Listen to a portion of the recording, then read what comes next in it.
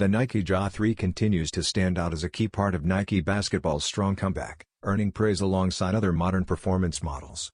Even with its early success, the Ja 3 still has more exciting releases ahead, including the newly revealed Ja 3 Year of the Horse edition. This special colorway celebrates the Chinese New Year theme with meaningful design details and premium finishes. The shoe features classic red and gold tones, highlighted by metallic swooshes on both sides. Cultural inspiration is reinforced through Hanzi lettering on the insoles, symbolizing leadership and confidence. Horse-inspired elements appear through pony hair on the tongue and rich brown hues across the upper, giving the sneaker a bold and textured look. Light blue embroidery on Ja Morant's logo and subtle text details add contrast.